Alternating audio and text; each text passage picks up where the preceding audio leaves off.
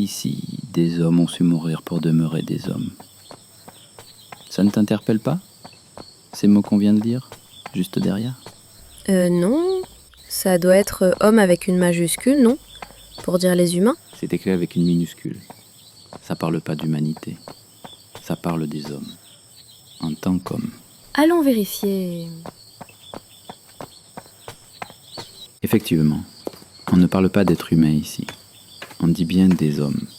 Et pas avec une majuscule, tu vois. Depuis longtemps, la valeur de l'homme, pour qu'il soit considéré comme un homme, passe par le sacrifice. Dans l'histoire, il y a des exemples, comme la campagne des plumes blanches. Les plumes blanches? Jamais entendu parler. Pendant la Première Guerre mondiale, des femmes britanniques donnaient une plume blanche aux hommes qui n'étaient pas partis au front. C'était un symbole de lâcheté. Certains étaient trop jeunes pour s'engager, d'autres gravement malades. Mais on les humiliait en public pour les forcer à aller risquer leur vie. La seule manière d'être digne, d'être un homme, c'était de mourir. Sérieusement? Oui, et c'est pas un détail. Ça a marqué toute une génération. Après la guerre, beaucoup d'hommes traumatisés sont revenus en silence, brisés. Mais ces femmes britanniques, elles se sont dit spontanément: on va donner des plumes blanches aux hommes pour qu'ils aient la honte de leur vie? Non, c'était organisé. Le mouvement a été lancé par un certain Charles Fitzgerald et une femme, Mary Ward. Elle dirigeait même la Ligue anti-suffragiste. Ce qui est fou, c'est que des femmes étaient aussi bien dans le camp des suffragistes que dans celui des anti-suffragistes. Et malgré leurs désaccords, ces deux groupes se sont alliés pour pousser les hommes à partir au front. Ils ont même milité pour le service militaire obligatoire. Pour tous, même pour des garçons trop jeunes pour voter. Et il y avait des affiches avec ce slogan.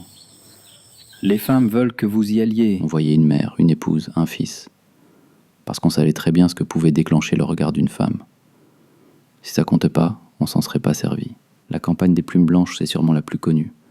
Mais comme l'explique Joshua Goldstein dans War and Gender, ce genre de pression, faire honte aux hommes pour qu'ils aillent combattre, ça s'est vu aussi aux États-Unis, en Russie, au Chili. Tu sais, ça me rappelle une photo que j'ai vue sur la guerre civile espagnole.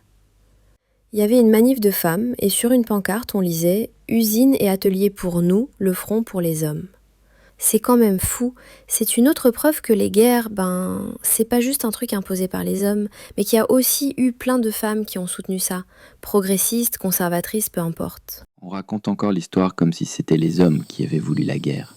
Et ceux qui sont revenus, brisés, on les a traités comme des lâches. Ou pire. Mais on n'en parle presque jamais. Et pourtant, les traces sont toujours là, même aujourd'hui. Comme cette inscription, ou certaines propagandes modernes. Tu parles de quoi? En Russie, aujourd'hui, la propagande glorifie les vrais hommes, ceux qui acceptent de mourir pour leur pays. Même message, autre époque. C'est vrai que la vie des femmes aussi, c'était pas facile. Il y en a beaucoup qui ont bossé dur dans les usines et parfois même qui se sont engagés quand il n'y avait plus assez d'hommes. Mais tout ça, j'ai l'impression qu'on en parle peu souvent.